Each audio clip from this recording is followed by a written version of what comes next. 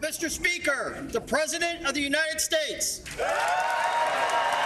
President Biden seizing on a major primetime address to a joint session of Congress to reflect on the past 2 years. The story of America is a story of progress and resilience.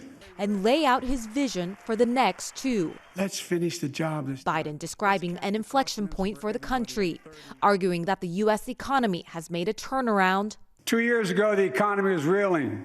I stand here tonight after we've created, with the help of many people in this room, 12 million new jobs. That the COVID pandemic is now in the rearview mirror. Today, COVID no longer controls our lives. And also touting some of his major legislative accomplishments. I signed over 300 bipartisan pieces of legislation since becoming president. A notable difference from Biden's last State of the Union address, Republican House Speaker Kevin McCarthy seated behind the president. The new Speaker of the House, Kevin McCarthy. The guests invited to Tuesday night's speech by First Lady Jill Biden, painting a story of some of the president's top priorities and challenges over the past year. Ukraine's ambassador to the U.S., a reminder of how much the war in Ukraine has tested and dominated Biden's second year in office. Because we're going to stand with you as long as it takes.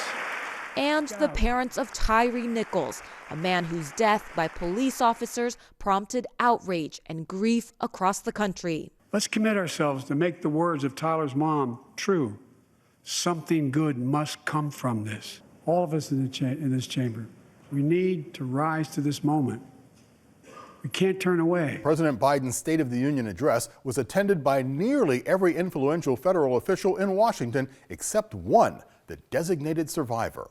That person is a high-ranking official who stays in an undisclosed secure location away from the Capitol during the president's speech. The designated survivor ritual is meant to maintain the line of presidential succession in the rare case that a major disaster strikes the U.S. Capitol. The designated survivor must be eligible to become the next president.